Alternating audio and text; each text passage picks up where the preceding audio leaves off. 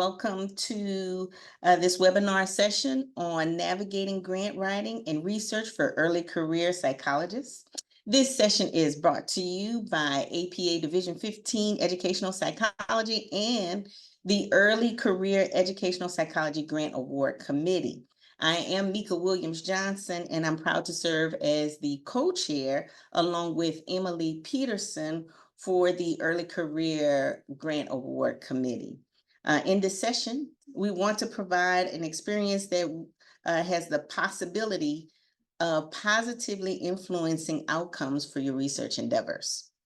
We have invited researchers who have previously been awarded the Early Career Research Grant, and we are fortunate to have with us today Dr. Christine Bay from Virginia Commonwealth University and was awarded the 2017 award. Dr. Jason Chow from Vanderbilt University, and he was a 2019 awardee.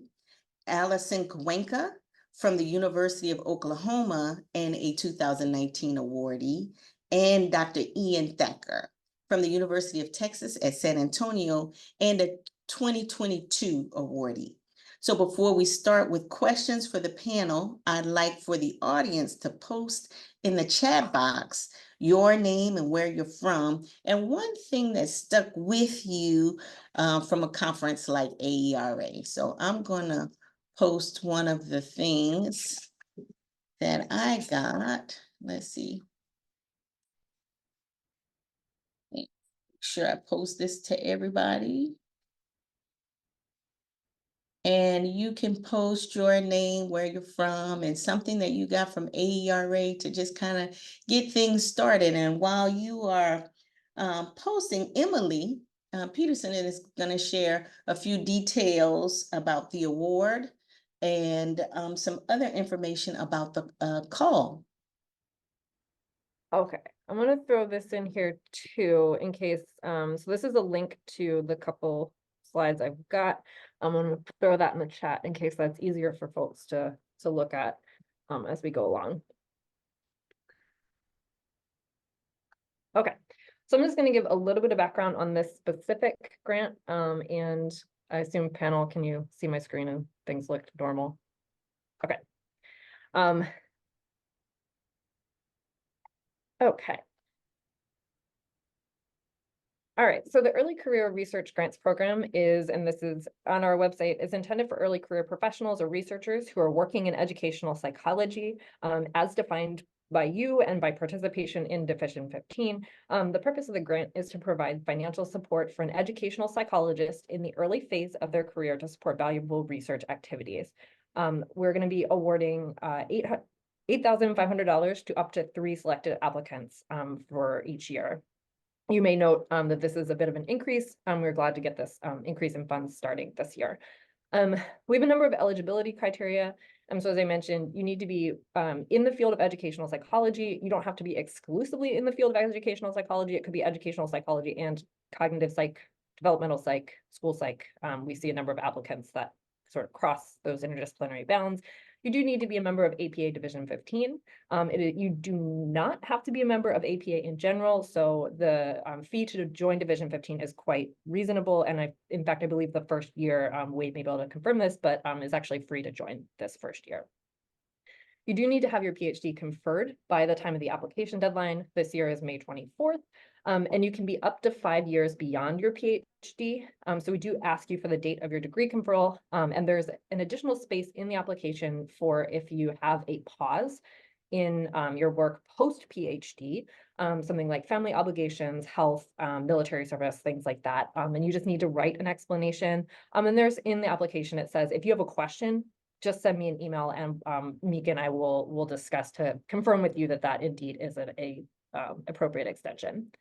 And you need to be working in an academic institution. It does not need to be a university, but the award is administered through your institution. It's not, you are not cut the check for $8,500. It goes through your institution who then administers the award.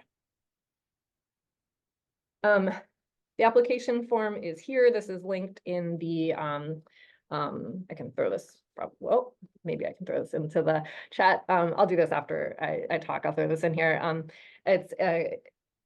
In addition to some just general questions, we asked you to upload one single PDF that includes all of these different pieces. This is spelled out in the grant call. You have essentially a title page. The main thing we're going to be reviewing is this project narrative, which is a maximum of 4 pages. It can be single spaced. That's usually what we end up receiving, plus references, up to 2 tables, up to 2 figures, your timeline, a budget, and usually some sort of justification that goes along with that budget to explain how you're planning to use the funds, your CV, and a letter of support from your institution.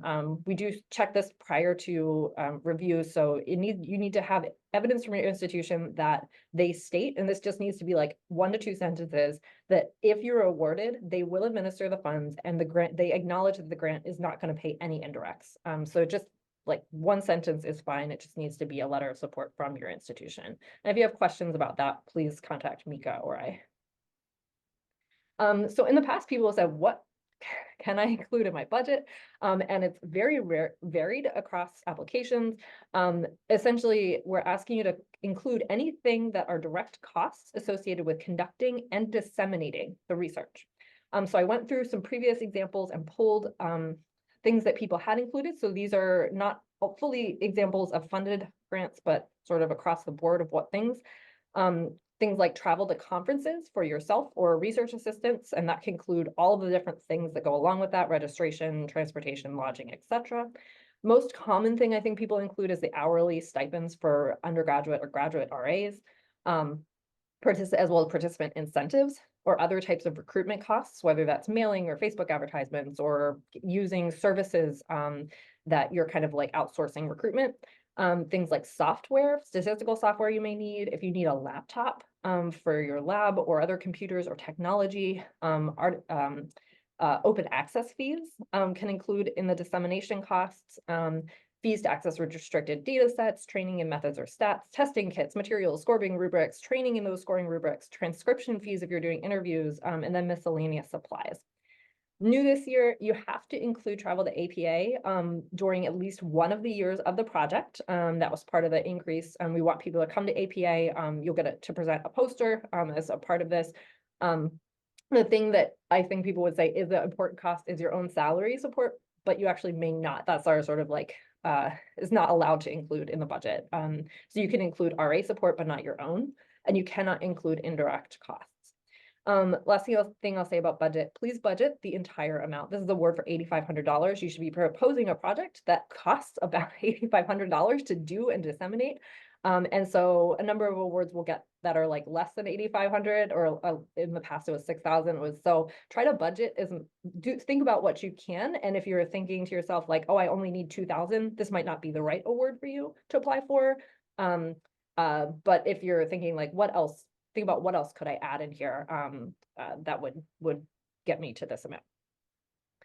Just a few stats. So this varies from year to year. Last year we had 17 proposals and we awarded 3. We're going to award 3 this year, but the number submitted varies. Sometimes it's sort of from the like upper teens up through about upper 20s or 30s, usually what we end up getting. Many awardees are resubmissions. We do provide feedback each year, and so people will often use that feedback to revise their proposal and resubmit. That's not a guarantee because, again, we have a lot of proposals, but it does seem to be a trend. And if you think about some examples of questions in our sort of scoring sheet from the previous years, which if you apply again, you will have seen our scoring sheet, but does the proposal address a significant problem? Does it build on bodies of knowledge? Are the methods appropriate for the project goals? What are the implications for contributing to next steps in research and practice? Does the budget justify the goals? And is the proposal clearly and carefully written? And so I'm including these as examples, not guarantees like that we're going to keep exactly the same rubric this year, but this is what we've used in the past. And so I've included our 2024 committee here. Your proposal is not going to necessarily be reviewed by people who are in depth familiar with your area of research. And so just keep that in mind, that we often will kind of sort of pseudo randomly assign reviewers from the committee so that people are getting a mix of people who are more and less familiar with their specific research area. Submission deadline, May 24th. This year, do keep in mind if your institution has an internal submission timeline, Sometimes these can be many weeks ahead. This really has to do with your institution. Some places require you route it before it gets submitted and other places don't. So just ask your institution. We anticipate announcing the awards at the APA convention this year. You don't need to attend to receive the award. As something that might be useful for thinking about the timeline that you're putting in, so that if you do get awarded, the funds are administered from approximately September 24 through August 26. So if you're thinking about writing up your timeline, those would be reasonable dates to include. And then you have a final report due at the end. So we do have 8 current proposals. A number of folks who are on the panel today have included their proposals in this Google Drive folder, and I'll post these links in the chat after I close out of this presentation. So you can take a look at these. Some of these do include things like the budget, as well as so they're like whole documents, so you can just take a look at all of that. If you do have any questions, particularly about things like eligibility, fit of your project, stuff like that, contact information for Mika and I, you're welcome to reach out. Sorry, I think that may have been more than 5 minutes, Mika. That's okay. Thanks. I think we're good on time.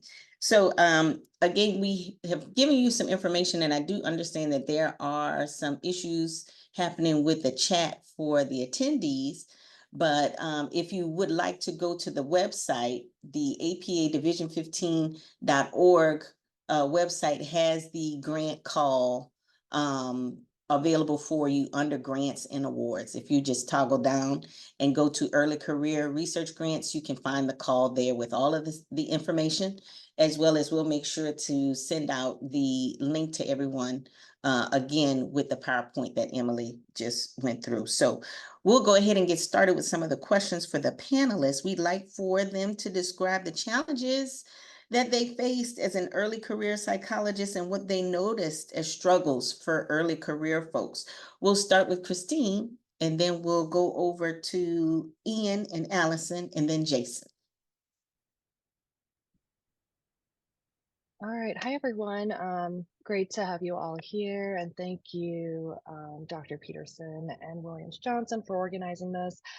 I'll say that as an early career educational psychologist, for me, the challenge was learning how to tell a story in my grant proposals. So I think, especially if you're coming out of a PhD program, you've got, I had gotten a lot of rigorous training on how to write in very qualified, nuanced ways within a niche area, and thinking, your whole world is your dissertation in your last year of your doc program. But when you write a grant proposal, and especially in the constraints of 4 pages in this case, you have to, and as Emily mentioned, sometimes the reviewers are not subject experts in your area. You have to know how to make a convincing argument and tell a story for why your project is important and deserving of funding.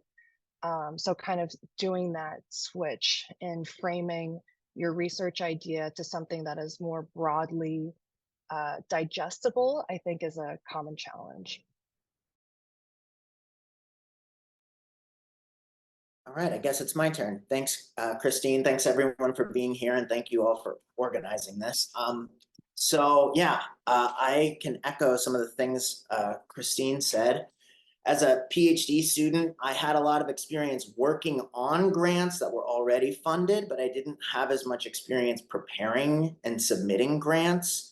And the writing of a grant proposal takes a different kind of perspective in order for it to be successful. You really have to stress the importance of the work, why it's meaningful, and its impact, and make that front and center.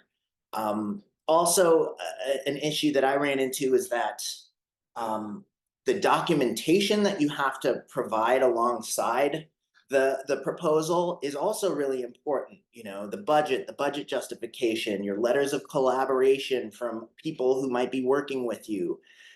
Those kinds of things should be aligned with your proposal, and making sure it tells the story along with your proposal is a challenge. So that's it. Awesome. Thanks, Ian. Hi, everyone. Great to be here. And I echo my gratitude for the opportunity to serve on this panel. I think that it is, I love the focus and the goals of the panel in the first place. I want to echo, first of all, everything that Christine and Ian shared. And just to kind of say what they've already said in a slightly different way, I think that communicating very clearly and very early the broader significance of the grant and specifically the objectives that you are going to pursue in the grant is really important.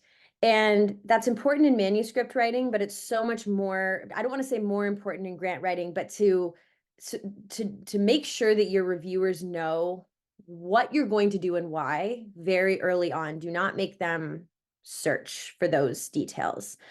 I think as well that once the most important thing is the significance in the objectives. And once that's been communicated, I think something related to what Ian shared, another thing that I think that reviewers look for a lot is feasibility. So once you've sold them on the idea, can you actually carry this idea out? And I think that that can come across or needs to come across in both the qualifications of the PI and then also that you've really thought through in your methods and in your budget and again in your budget justification how you're going to carry out that work. And then one final thing that I wanted to say that isn't directly related to the question, but really kind of caught me off guard as an ECR is, as Ian said, as a grad student, I had, and I think maybe as a postdoc too, I had a lot of experience working on grants, but I had zero experience actually managing my own grant. And I think that a really important question to think about is, are you actually ready for everything that comes along with leading grant funded work? And I actually think that this Division 15 early career grant is the perfect first grant or initial grant to pursue, rather than kind of those grants that are that have much bigger budgets, for example, because it's a lot to manage. And I didn't sort of realize that until I was in it. So I'll stop there. But yeah, so I'll just popcorn over to Jason. Hi, everybody. So just to sort of maybe take a different perspective on challenges, I think one of the things that challenged me early on is just learning the language of educational psychology. So for those of you who aren't trained in ed psych or have experience with content and the same theories and the methods in your grad programs, I was trained as a special education intervention researcher. So it was really outside of my comfort zone to write to an audience that I didn't really know much about. So I think to just give anyone who's maybe wondering if this is the place for them, you are in the right place. And it maybe takes a little bit of time to get to know who's reading your work and who's evaluating it. But that's a challenge that, sometimes we, I think Christine mentioned that you're really disciplinary in your training and you know how to write a few things very well. And so I think just embracing the challenge of, if I'm going to be successful in this career, if I want to continue to do research that ends up meeting the call of most institutions about being interdisciplinary, using these opportunities to learn the language of your colleagues in and outside your field, I think is a really good thing to be intentional about, because I definitely was not. And so making sure that that's a priority while you're engaging in different fields, I think is a really great thing to start early. Well, great. These are all good suggestions, and we want to move forward with a few more suggestions on some of the best practices. What kind of routines you set in place to either prepare and write for your grant writing experiences. So we'll use the popcorn style again, and we'll start with Allison, and then you can move it over to anyone else. Awesome, thank you. So the way I'm going to start my response is kind of strange, but I think it's really important. I love the feedback that Division 15 provides to every single person who writes a proposal. as Emily alluded to, I submitted a proposal for this grant application. It did not get funded. I received really valuable feedback and I resubmitted. It was actually a different idea, but I still was able to incorporate the feedback and resubmit the next year. And then the next year it was awarded. So in terms of best practices, try again. Pay close attention to the feedback that you receive if it's not funded the first time, and try again the next year or the year after that. Another few things that I'll mention is I think this goes with all writing, but especially maybe with grant writing, particularly when you only have 4 pages, like is the case for this particular proposal narrative, is to really take a lot of time. So again, writing always takes time. It always takes a lot of time to really be able to articulate what you're trying to articulate. But I think especially around the significance, brainstorm out some ideas, leave it alone, and then come back to it. And honestly, in terms of my approach, come back to it again and again and again. And seek feedback. I think especially mentors who are familiar with this particular grant mechanism, mentors who have written grants in general. I should say that pretty much all the advice that I'm giving today comes from my postdoc mentor, Eric Anderman. And so mentors give great advice who have been through this kind of process themselves. So make sure to try to seek feedback prior to submitting if you can. In terms of a couple of more like micro level, but strategies that I've found to be really helpful, and not everybody will agree with me, I think, on this next one. I like to bold key statements. So my objectives, and I like to be judicious with what I bold. So very kind of choose just a few things, but my objectives are always bolded, so that way reviewers can never miss them. And then also, if it's possible or not possible, if it makes sense based on your particular idea that you're proposing, I think that something that really helps to drive the significance home and really the practical contributions that are going to be generated from your work is to consider including a behavioral outcome. Behavioral outcomes, I think, can really help reviewers see how this is going to stimulate tangible change. And so that's not something to force if it doesn't fit, but a strategy that I've used that I think has been successful in the past. So those are a few tips on my end that came to mind. And I will popcorn to Ian. Thanks, Allison. Yeah, I'm learning as well. So great advice here. Yeah, something I think that is helpful to help move along the planning process is to start talking to people about your ideas, to anyone who will listen. And just the process of articulating your ideas to someone and hearing how they respond will help you understand how reviewers will interpret your work, especially if they're coming from other disciplines than what you're, an expert in. Also, another thing to keep in mind here is that your proposal is not blind, right? People will see your name, they're going to see your CV, they're going to see your experiences, and you're going to want to convince them that you have the expertise and, the expertise needed to pull off this project. In fact, I really recommend including pilot data, if you have any pilot data to include to kind of, prove that you can do this kind of work. But that's not always the case. It's not always possible to do that, and that's okay. But if you have it, it's good to mention it. And figures and pictures are also useful. You've got, I think, 2 figures, 2 tables to work with. For the APA Div 15 early career grant proposal, use those wisely, because some people will really gain a lot of information from that, and you can make the most out of it. Let's see, Christine.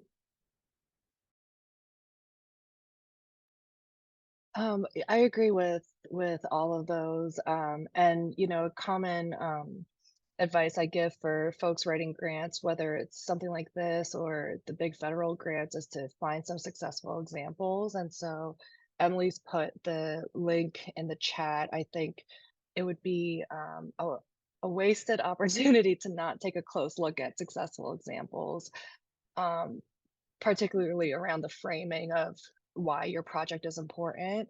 I agree with all of the tips and strategies. I think that over the years, I still feel new at this, but I realize like mine was funded in 2017, which is a million years ago, in some ways. But I think now being on the other side, a lot of times on these review panels, um, I don't know if it would fall under best practice, but uh, it needs to convince the panel and your reviewers that it's important. And increasingly, I think in ed psych, we are more and more committed to addressing big issues and pressing issues in education. Um, so, kind of like what Ian was saying, when you do your boilerplate to anybody who'll listen, whether it's peers or mentors, or sometimes it's really great to talk to somebody outside of the academy because they can tell you if it makes sense and it seems it's like convincing to a broader audience, and being able to articulate why, I think, and like Allison said, put that early on. Sometimes also, I'll say on the flip side, I've been on reading grant proposals where the why is really beautifully poetically articulated, and then it kind of falls apart in the method section. So striking that balance between telling a very compelling story and then having a solid, tightly articulated research plan is good. And, with an early career grant like this with $8,500, it's good to be ambitious, but I think you have to be careful, like what is feasible within, this budget.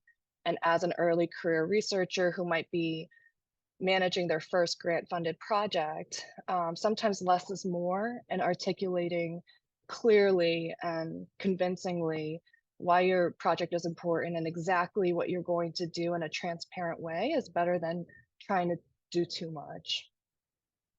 And I think Jason. The pleasure of going last, so I have to think about new things as they check off my list. I would say, going a little bit off what Christine is saying, and I think this is important for everybody, including myself every day, is for every day I'm writing grants, is really thinking about the budget, really thinking about what money means in research more broadly. So whether or not you are working on big grants like Allison and Ian were talking about in grad school, having conversations with people who manage money and really understanding what, in this case, $8,500 will do, which in the grand scheme of research in that maybe we're trained to think about is not a lot of money. Not to say, and I would take Allison's point really. I'm sort of re-emphasize it. Like this is a good mechanism and the mechanism to start everyone off and thinking about managing money. But talking to your if you can get a meeting with someone in your budget office who's really willing to talk through how to budget out a project and what types of costs go into projects.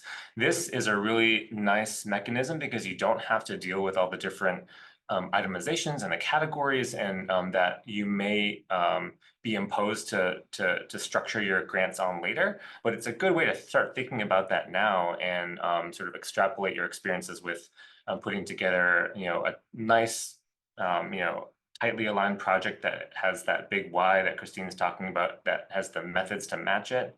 But really embracing and not being scared of the budget conversation, because that can, in my experience, it can really deter a lot of people from wanting to do this work and wanting to think about this grant writing process. But I think it's really important to really embrace and take head on. It's like, well, if I'm going to do this, these are the conversations I need to have. And then you just get more comfortable as you go along. So in terms of best practices, practicing writing grants, practicing thinking about budgets and where money goes and where it can and can't go, what are allowable costs and not, I think is a really good exercise because it can really make you have a language that can cross not only between collaborators in your own field, but across other fields too. Oh, great. So these are all wonderful tips. Now I need for you guys to think about a time where you experienced an epiphany or you had a pitfall, which happens. I've learned from lots of my errors, and these errors are part of the journey. We'd like for you to share some of the pitfalls that you've experienced and how you've addressed that in your work. And we'll start with the last person first. So in this round, we will move from Jason, Christine, then Ian and Allison. So I can share one very very clear pitfall. One time where, and I think this Division 15 group will overlap a lot with Spencer Foundation opportunities.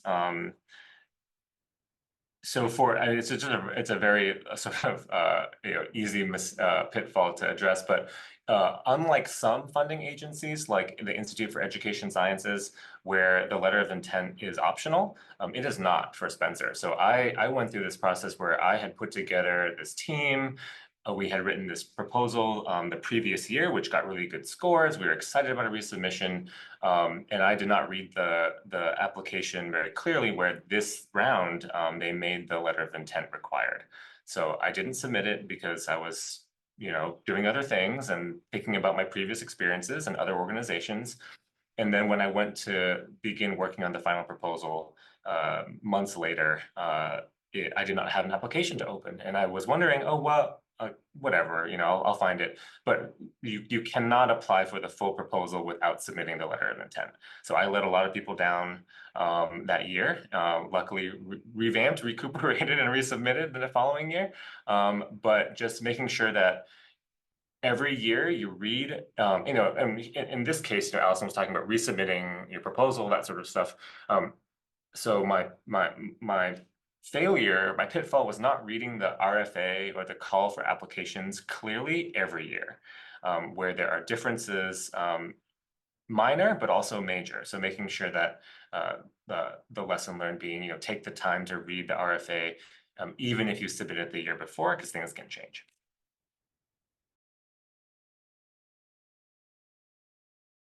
Yeah, I agree. Really closely reading the call for proposals or request for proposals is key. I'm skimming the questions document, and a lot of these are kind of logistics, which are good. These are the right questions to ask. Something it's not the fun part of writing grants, but something that, especially if I'm the PI or leading a grant, as you all would be if you're writing this proposal, is to start with all of those things. So start with your budget, start with your letters of support, start with your, CVs and everything else. For me, getting those things moving and out of the way helps to clear my headspace to really focus on writing that narrative. And when you get to the federal grant writing stage, the narrative can get uploaded at the last minute, whereas your research offices need other documents much, much earlier. I saw a question here from somebody about how do you navigate trying to get things from your university? Honestly, a lot of follow-ups and time has been my experience across a couple institutions. And so just it took me a minute to accept that that's part of the process, because I was used to writing manuscripts on my own timeline in my office. Grant writing, even if they're not your co-PIs, you have to collaborate with university admin and other partners, and their timelines are not always what you want yours to be. So getting started on all those pieces early was great advice.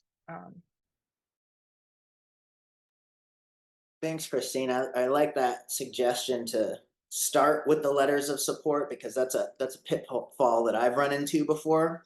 You know, after having long conversations weekly with school districts or schools or teachers who are planning to work with me, at the last second, they'll back. I had a district back out, and they didn't provide a letter of support, and it just killed the whole grant. And you know, that can be pretty stressful and pretty disappointing. So starting with that is a good idea. Also, I really underestimated the number of emails I would have to write in order to navigate. I guess I'm talking here about bigger grants where you're working with lots of collaborators, co-PIs, school districts. There's a lot of coordination that needs to go into that, and yeah, getting started early on building those connections is a good thing, because you know, you'll get to know what it's like to work with certain people. Some people are really great, really fast at responding. Those are the people you want to partner with on your grants. As soon as you find a good collaborator, latch on to those people, and because they're hard to find, to tell you the truth. Um, and for those people who aren't as responsive, you know, it's the nature of the game, and you know, you're going to be, if you're PI anyway, you'll be largely responsible for moving things forward and writing emails and getting things going. So yeah, I guess that's my advice. Thanks, Ian. Totally agree with all the advice that my colleagues have provided so far. And just to kind of jump off on something that Ian was saying, I think that with grant funded work, who you're collaborating with, whether it be school partners or other colleagues within the higher education setting, those collaborators are extra important. And so I heard once a mentor refer to grant writing with others is kind of a bit of a marriage, like you're kind of married to these people, especially on the larger grants. And I think that, again, a grant like the Division 15 grant is such a great opportunity to maybe try out a collaboration, since it's, again, a little bit of a smaller grant. So anyway, I just wanted to especially echo that. And in terms of getting back to a common pitfall that I have definitely experienced, I would say that this is probably my number one flaw, is misjudging time. So as you're writing up your proposal and you're talking about, because another important thing related to feasibility of your proposal is what are the steps you're going to take and when. In this, let's say, I think the Division 15 grant is a 2-year period.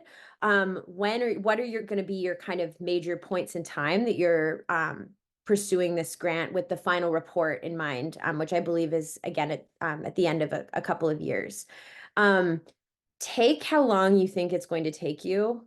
And especially if you have multiple collaborators, like, for example, school partners, really multiply that by 2, 3, 10. I don't know. I feel like the number, like there's no number that's high enough. So really kind of build in lots of room for error, as Ian said. Even things like emails and conversations, those things just take time, and building relationships it should take a lot of time. And I completely agree with, I think Christine, Jason, and Ian all said this in different ways, starting with that process long before the actual narrative gets submitted. And I think that this especially, there's nothing I love more actually than collaborating with school partners. They bring so much rich expertise and insight. And there's just sort of not only your schedule might change, the school partner's schedule might change. So balance just trying to build in that extra time at the beginning with being flexible around your goals and your timelines as well.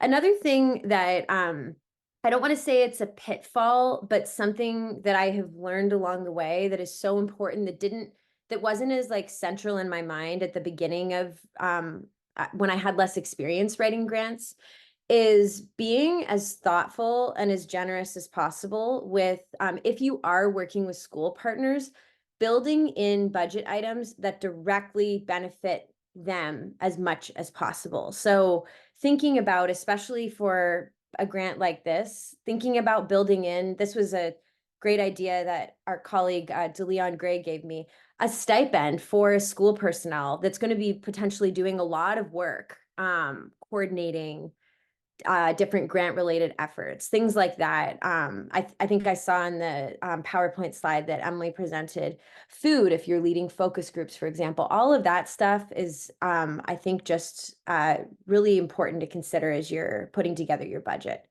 I think I'll end there. I think that's it.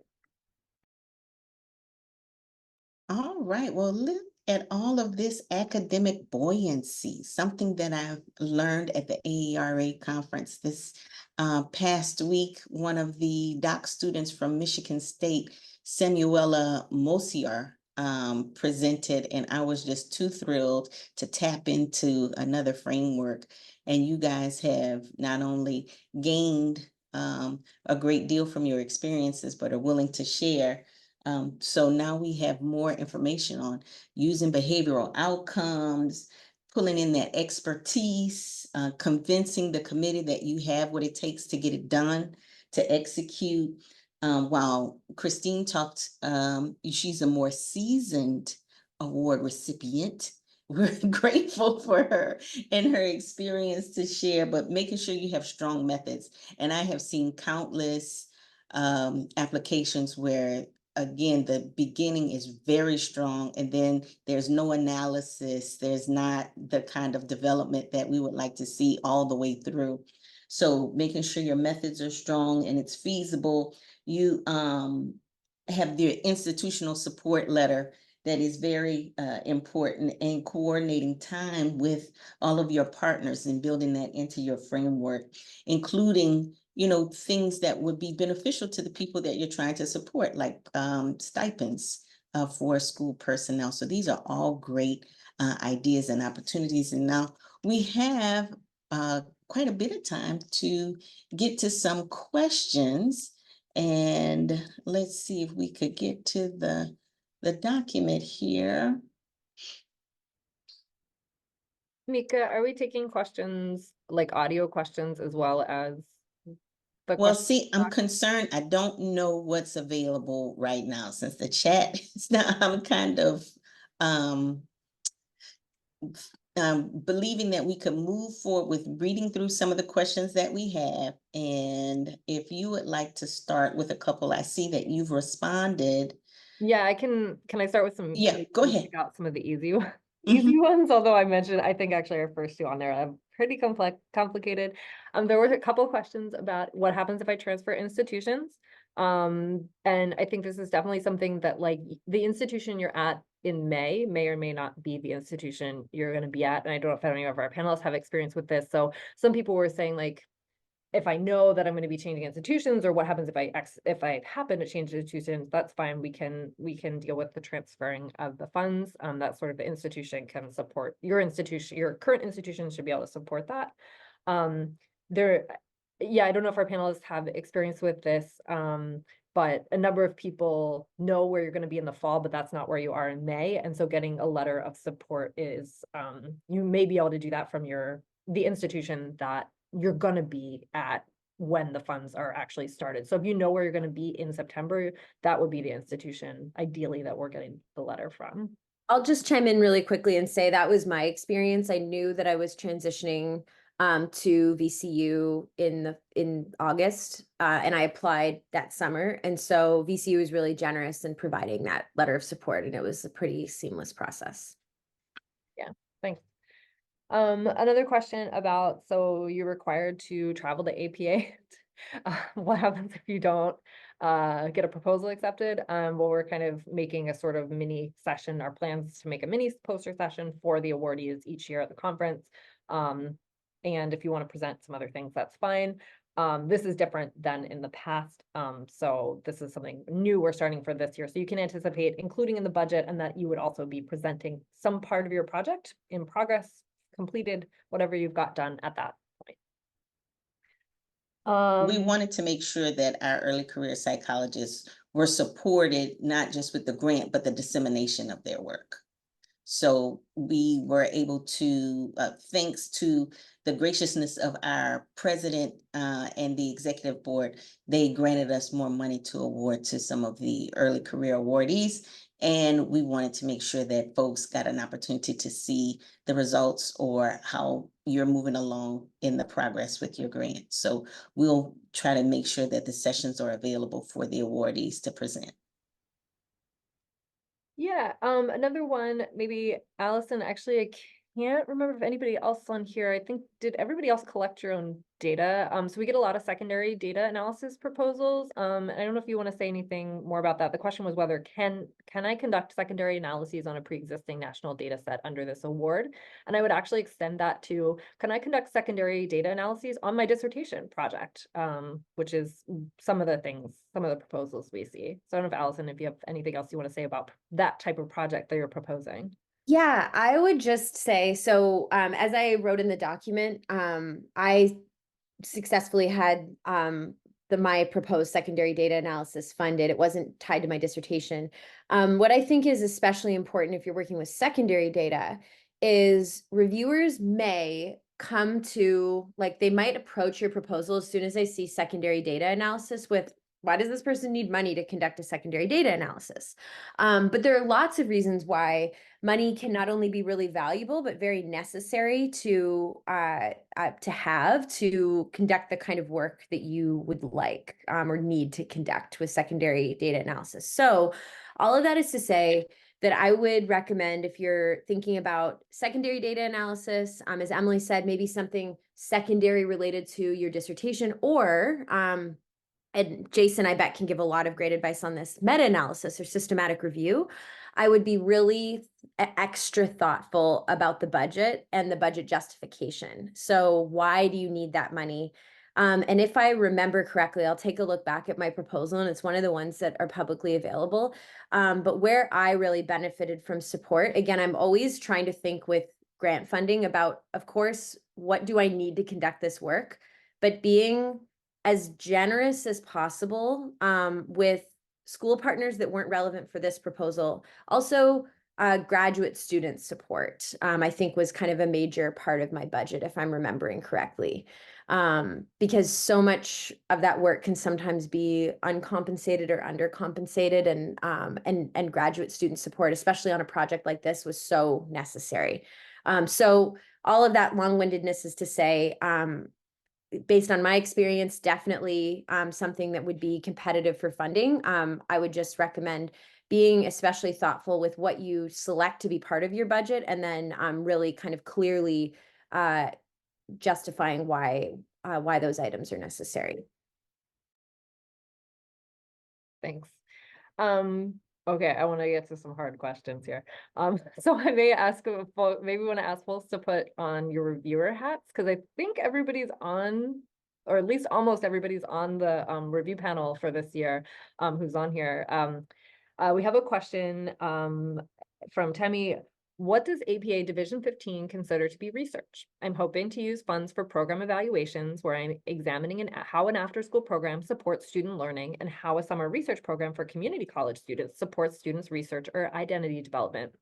My institution does not consider this research because it's not generalizable, small sample of a single program, but could these be considered research for APA? So I want to open it up. If folks have thoughts of, if you're reviewing a proposal such as these program evaluation types of proposals, what are the things you would be looking for to say this is research that fits within Division 15?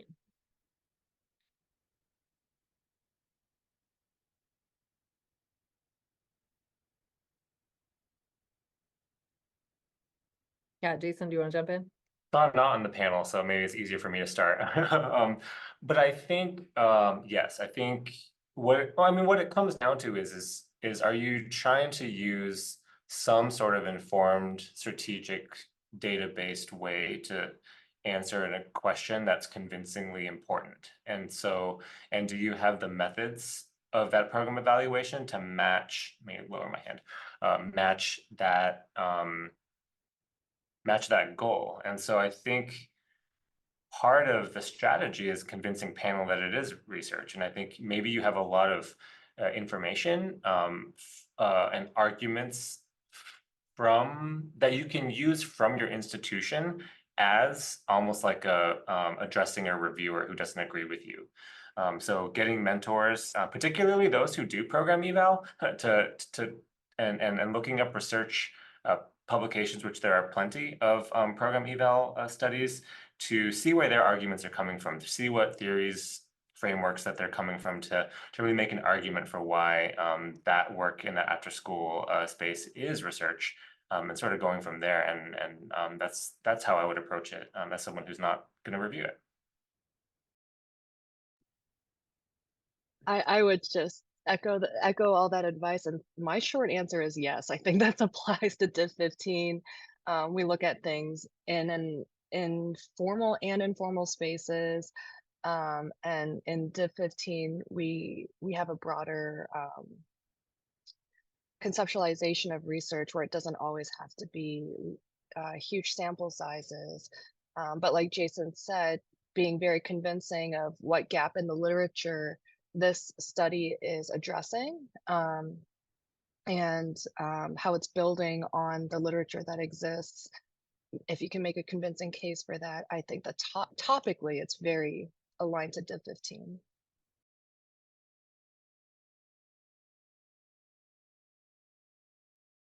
In the chat, I put a couple things. One is from the call, which I think a couple panelists kind of talked a little bit about, like going back to the call, making sure you're kind of like seeing everything that's written there. So there is a little bit of information to help you think about that. And as well as some of the questions that I had put in the PowerPoint that we actually as reviewers have been in the past answering to think about. But we've gotten a number of and actually, I think it's not, we haven't posted the last year's winners yet, but I actually think one of them is related to a program evaluation. So I'll try to get our list posted so that you can take a look at those from last year. I think Michael Mesa was one that did a program, sort of looking at program evaluation as a piece, and that project was funded.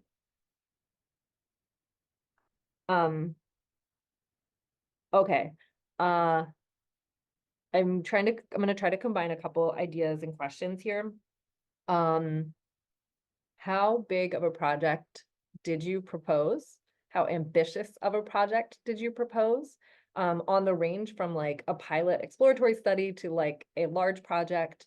And I'll start with that because we have a sort of sub question, which has come up in the past as well, of like, if I'm doing a larger project, can this be a piece of it? And maybe somebody here has had a project that's like that. So I don't know if this is a useful for kind of to hear from everybody, and maybe Ian, I don't know if you want to kick us off, like how big was your project and was that the right size project for this particular proposal?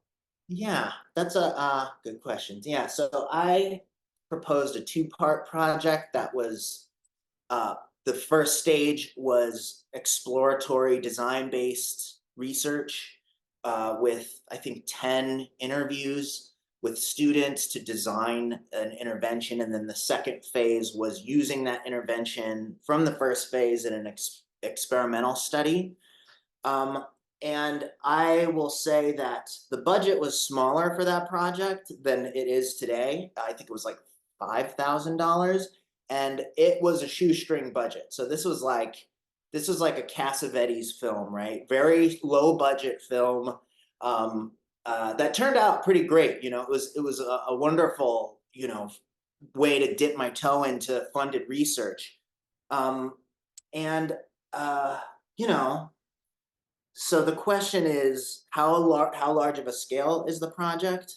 Yeah, so I guess that kind of answers it. It was a two-phase project. The second phase, which was experimental, I paid participants online to you know, engage with the intervention I created, or a control group or a different version of the intervention, and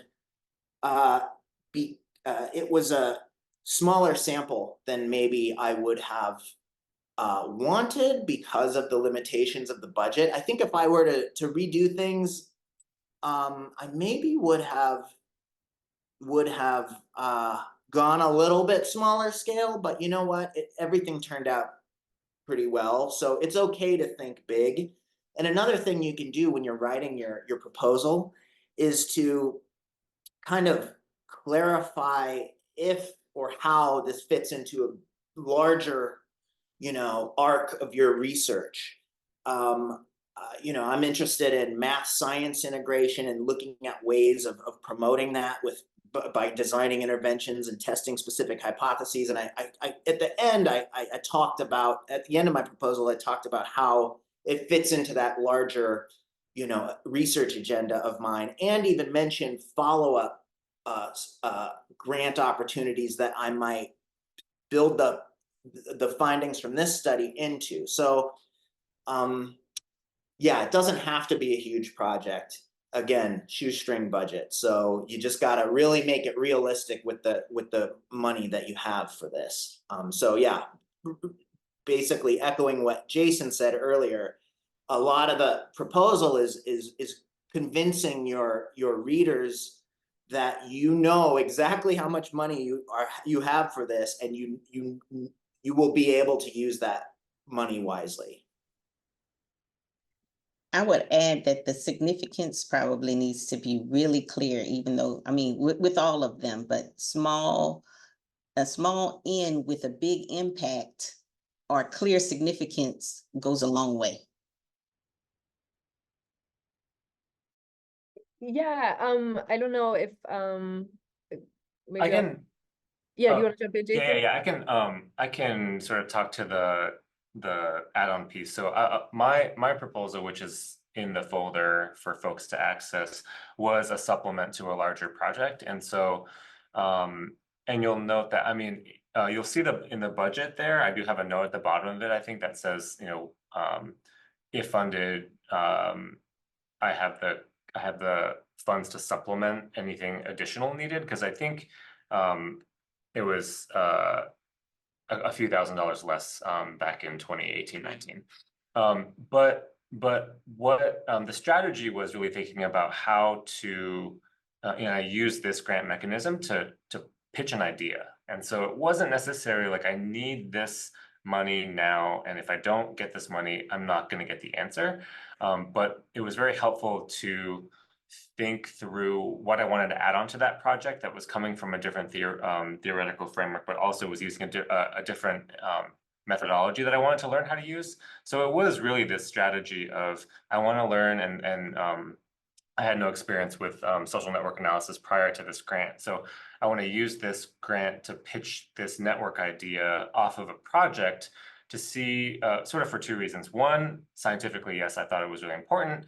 But also, does this idea track with other researchers and stuff? So, larger project, longitudinal study, this grant added on a method of data collection where I just was able to edit a form and add one additional measure to the project.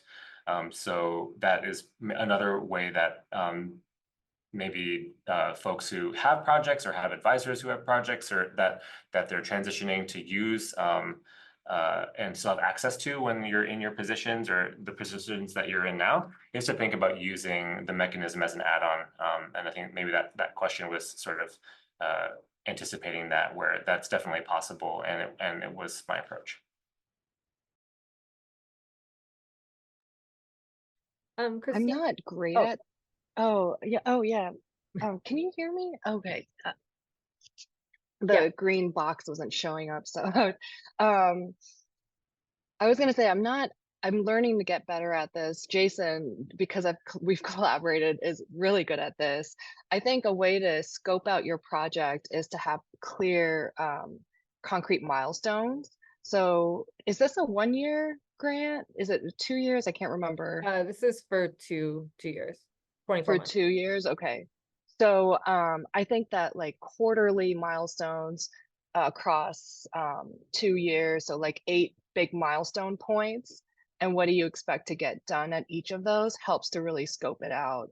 So like Allison said, if you're doing primary data collection in schools and you think, I'll get this done in X number of time, at least double it and then put that in your milestones, have that security. Whereas if you have a secondary data set, which sounds like a couple of you do, then really thinking about how long does the pre-processing, cleaning, getting everything you need to start your analyses take, and then maybe that's milestone 1, and then building out, or you could also start with like, what do I want as products and outcomes at the end of year 1, end of year 2, and backwards planning that. And then you can really take a look and do kind of a sanity check. Like, am I giving myself enough time? And do I have enough money to do this? I didn't do this when I wrote this grant. This was a pitfall that I'm remembering now. And so I was way too ambitious. And some of my budget went to buying curriculum-based measures for elementary kids.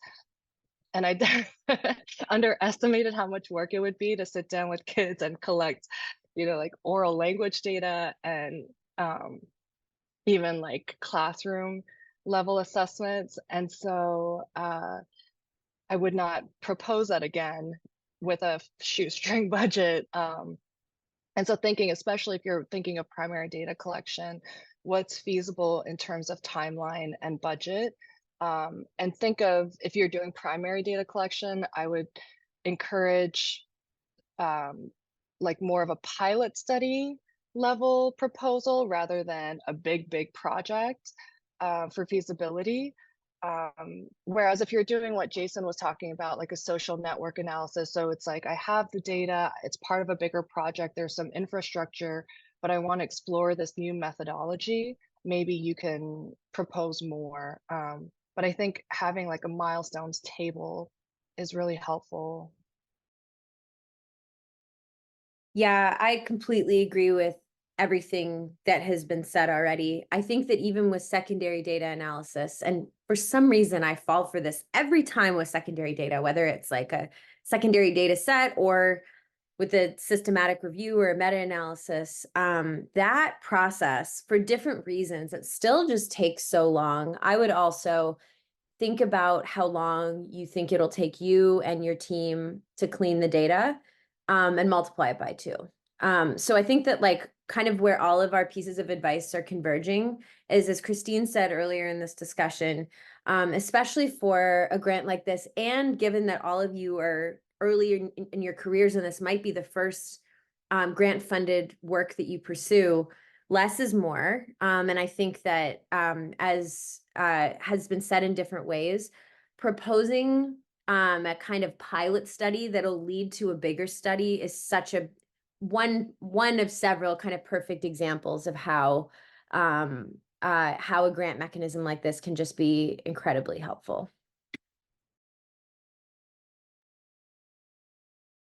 I'll just, oh, sorry, I'll just add real quick to piggyback off of Christine, when she was talking about, the approach that I took to use a new method is, which may be helpful to some folks as they're thinking about this, is we ended up just adding like 3 additional questions to an already like a proposed measure that was going out. So it's not like you necessarily, one option is to just augment a measure, and that can go a long way with very little cost. Sorry, thanks.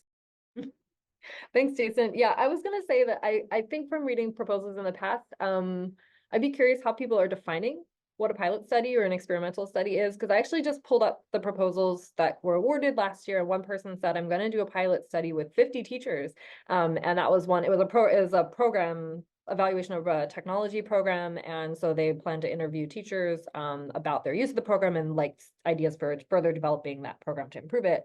Somebody else was doing a study with like hundreds of people, but they outsourced the recruitment through means similar to like Prolific or MTurk. And then somebody else was doing a study where they were interviewing teachers and didn't have an exact end because they had a very particular demographic subsample that they were searching for. And so when someone asked, Joanna asked, can we use the funds for pilot or exploratory studies? I think, Jason, you just gave an example of one, like tacking on some measures, but then I feel like how are folks defining what a pilot or exploratory study looks like for this type of grant mechanism? Yeah, I can just start and just say that, you know, for me, when you're pitching a pilot or sort of framing a pilot study, it really doesn't have to do with what you're doing, but what's around it. So what are you using this information for? How aligned is it with this programmatic timeline that you have to get to your final goal? So you know, a pilot study, I don't know what it is, but with 50 teachers, it could be just you need their take on a concept, and you are sending out a survey, but you're using that, the end goal of that pilot study is to really inform curriculum development, or to inform how you're approaching understanding a PD model that those teachers and like teachers are going to be a part of. So whereas it could be not a pilot study, if your goal is to really, you know, develop that measure and test that measure, and then that's going to be a product in and of its own, as more of a end goal of that research, right? So I think it really has to do with how you're pitching it, but where it fits into what you want to do that makes something a pilot and, you know, stand alone without any context. It's hard to judge. And so really understanding where you're going with those data and why you need them is, to me, what makes something more exploratory, more pilot rather than confirmatory.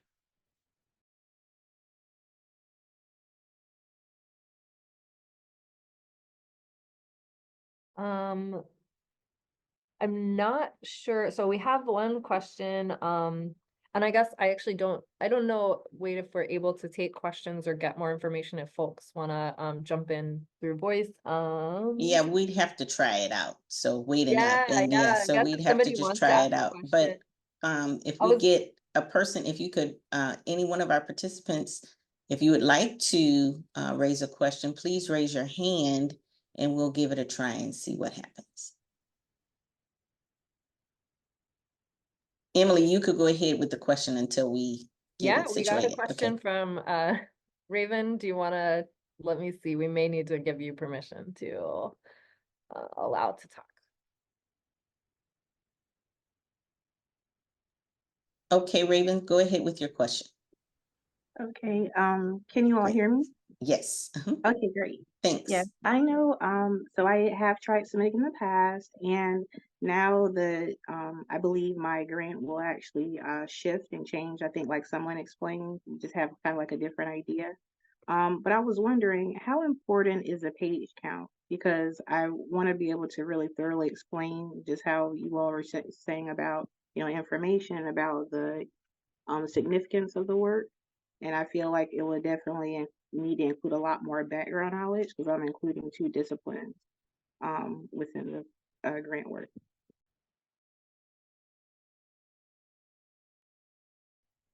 I think the page limit is the limit, and right, and so that's a part of the strategy and the challenge about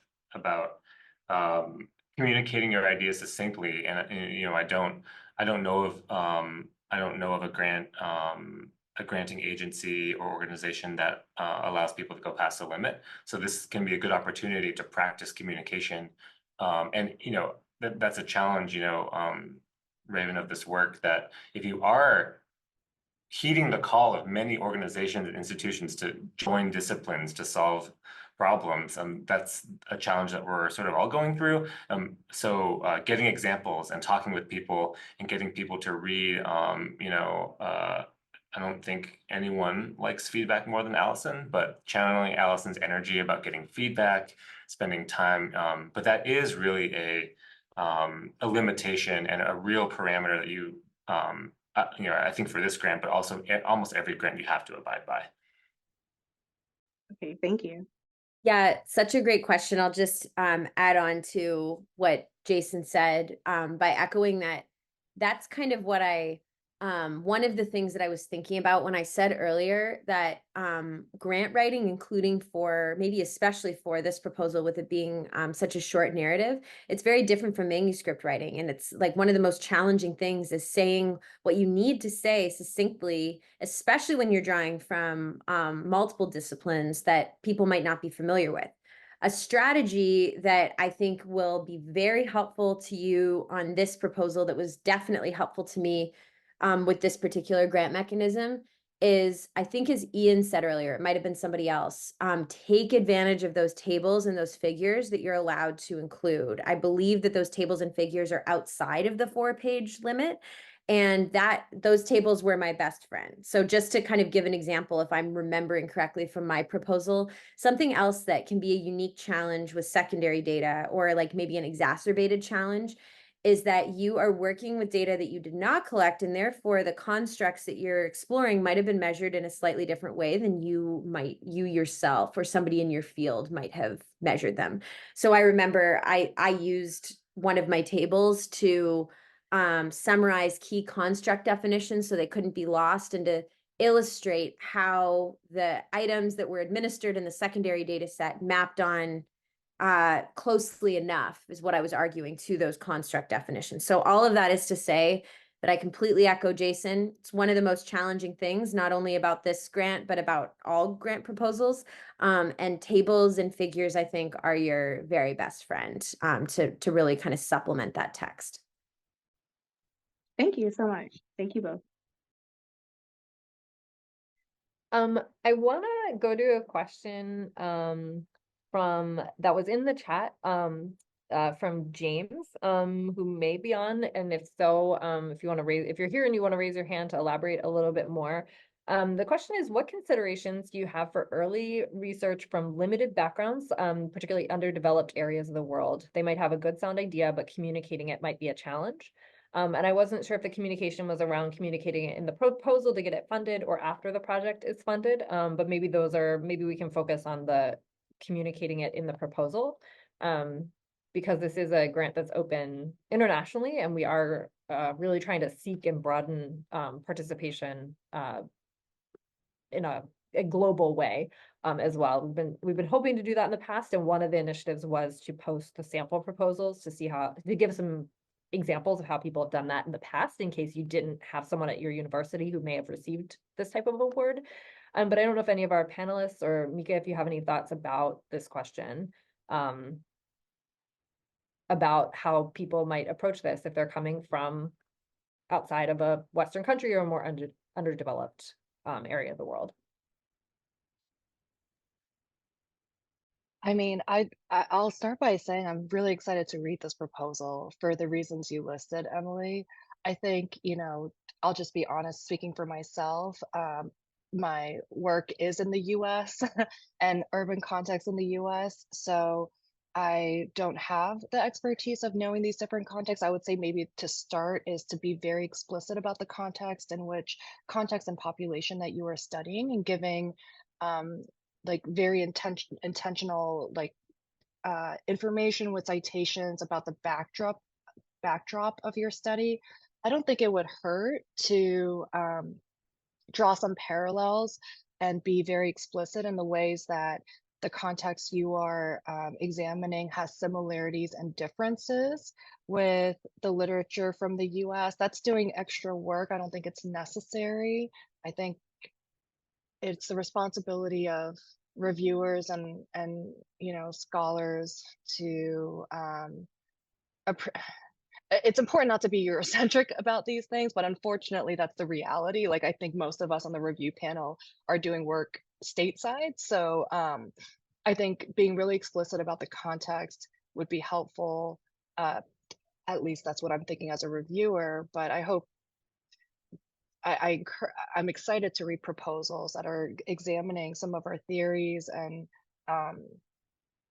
challenges in teaching and learning from other parts of the world. So the other thing is to make a strong argument for why that's important, why representation of these kinds of studies and work is important in Div 15. And I think that's something that will be appreciated by reviewers.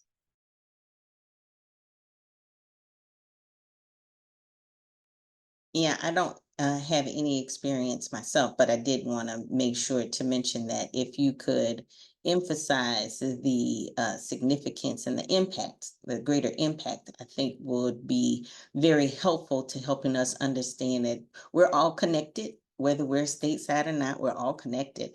And teaching and learning is an issue that we have to address on a global issue. But making sure that we understand its significance overall, I think might be very helpful to the panel who are reviewing. So I'll just give one example. I had a student in a grant writing class who was doing work in Africa, or their proposals were about work in Africa. And we have this process where, students get to go up there in a very safe environment and then just spend a few minutes talking about the project. And then the other students and myself get to like ask throw questions, lowball questions. Well, what about this? What does that mean? When you say that, is that the same thing as this or same thing as that? And it's a conversation that helps, and there's a note taker, right? And so that helps the person proposing the work really get at what are my audience might know and not know. So it might be worth really intentionally finding some time to get some trusted colleagues who do similar, maybe studying the same things, maybe in more Eurocentric contexts, to ask those questions to you, so you can figure out what are the holes in the general like research population of reviewers that you can really specify to help clarify and maybe bold them in the points if you're making like Allison does. Yeah, one thing that I think is extremely important that Christine and Mika and Jason all said in slightly different ways is to go beyond just identifying a gap in the literature, in this case saying this hasn't been explored within this context, and explaining why addressing that gap within this context is so crucial. Being really explicit about going beyond, oh, this hasn't been explored, to this hasn't been explored, and here's why we need to kind of address that gap in our understanding.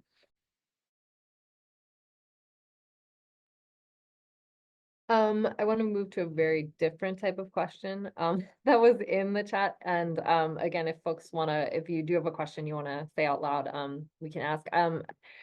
So Dina says, I submitted a proposal that wasn't funded, and one of the difficulties I had when writing my grant was navigating my institution to get what I needed from them. Dina, I feel you. Do you have any suggestions for that aspect?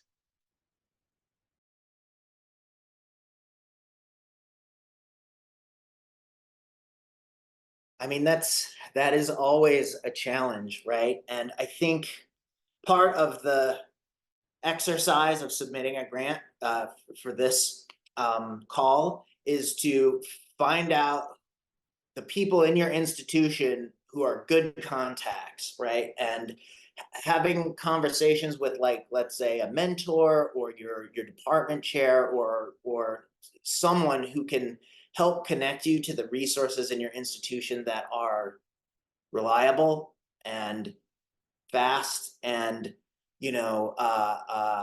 helpful is part of this whole process, because it doesn't get any easier when you apply for larger grants. It actually gets more complicated, more people involved. And I think what I did when I applied for this grant is I started really early on just having Zoom meetings with people in my research office and just asking them all kinds of questions about the notice of intent form, for example. That was brand new to me when I submitted this grant. And having those conversations really helps you get into a routine of building automatic responses for those forms, and will improve your grant writing experience in the future.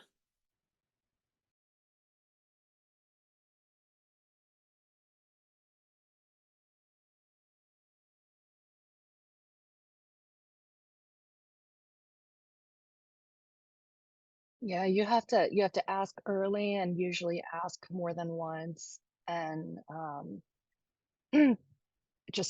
yeah, and then bug until you get it. I don't know. I haven't found a more efficient solution than that when it comes to sometimes navigating the bureaucracy associated with grant writing. Totally. Oh, sorry, Jason, go ahead. Yeah, I'll just channel off of Christina's. I think one very interesting thing that I didn't realize, which I got involved with a little bit after a few years in the business a little bit, is that there are associations and conferences for grant administrators and grant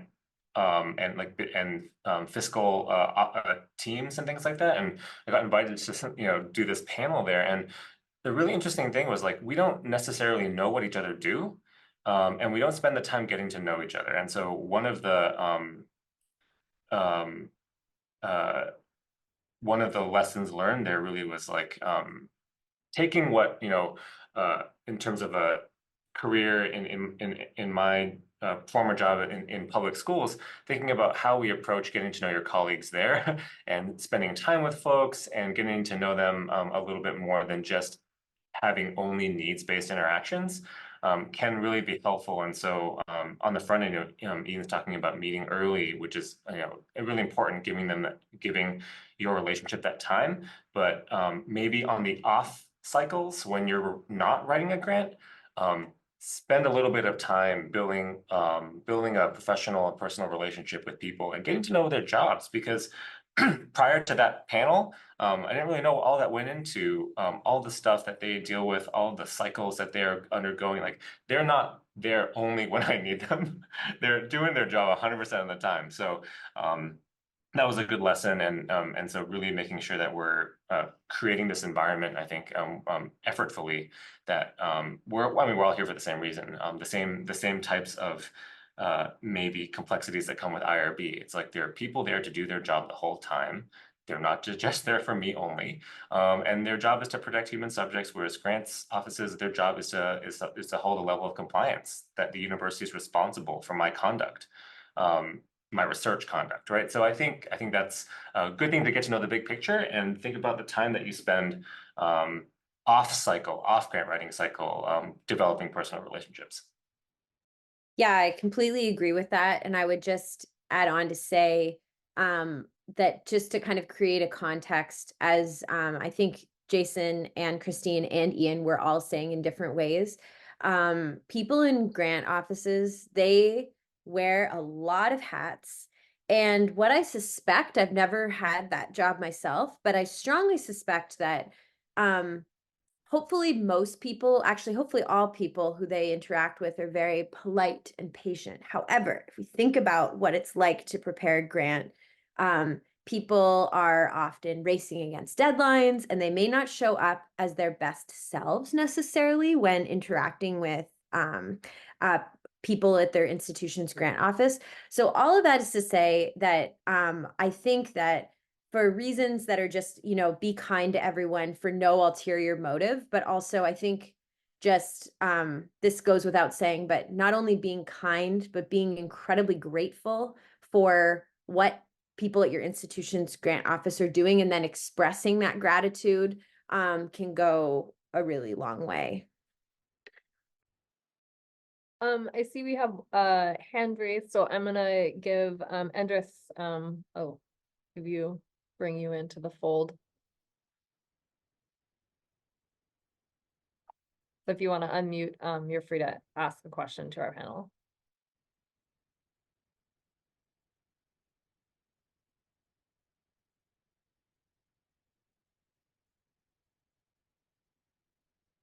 Indris, can you hear us? You can unmute your line and you can go ahead with the question.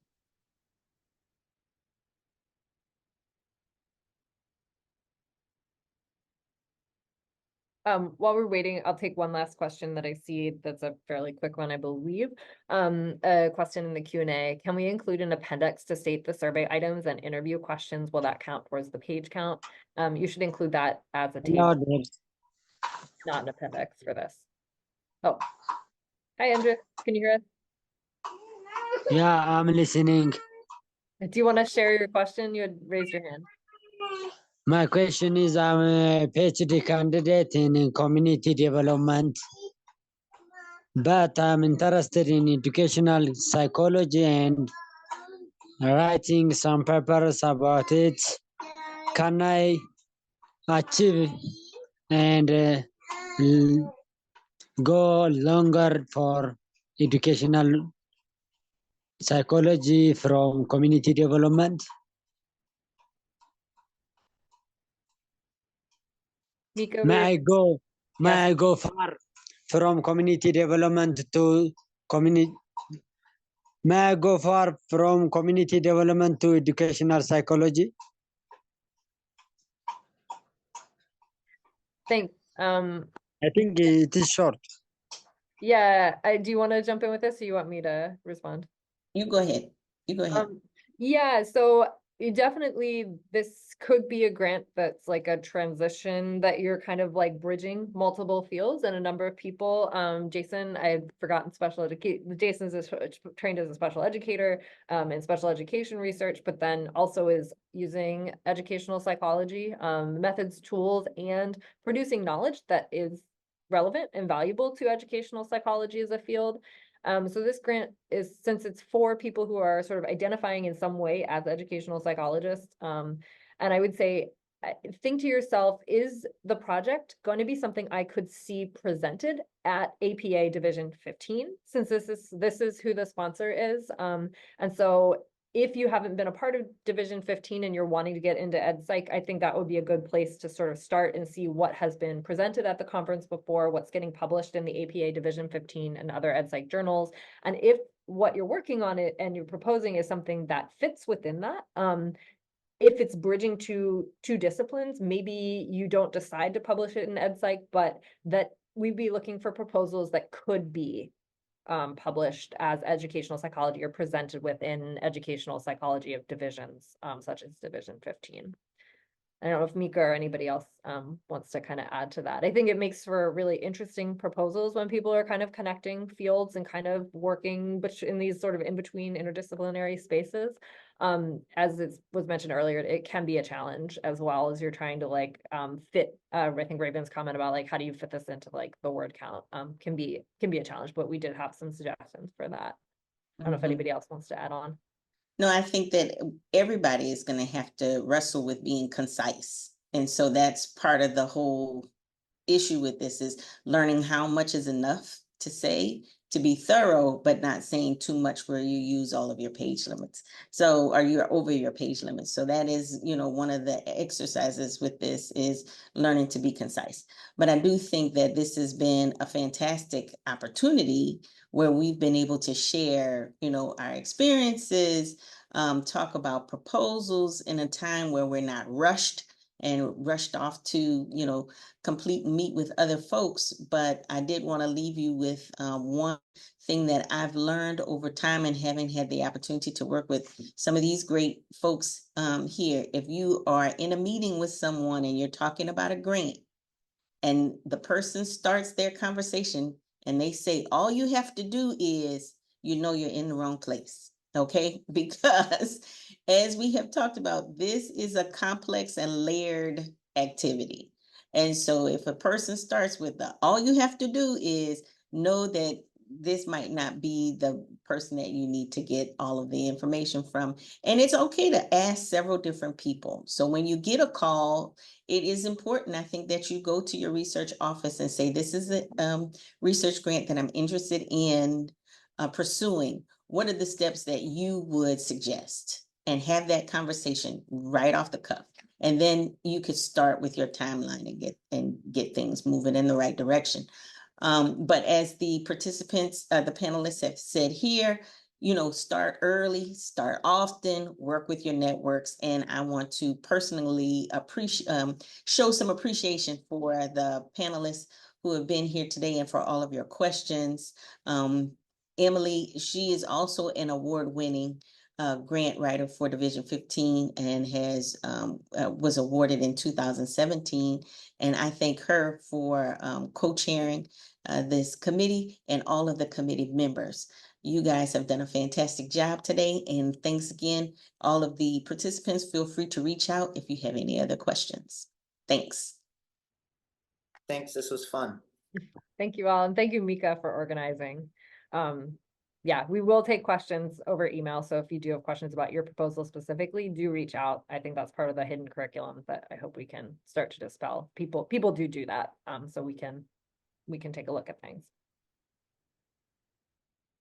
Thanks, everybody. You guys enjoy your afternoon.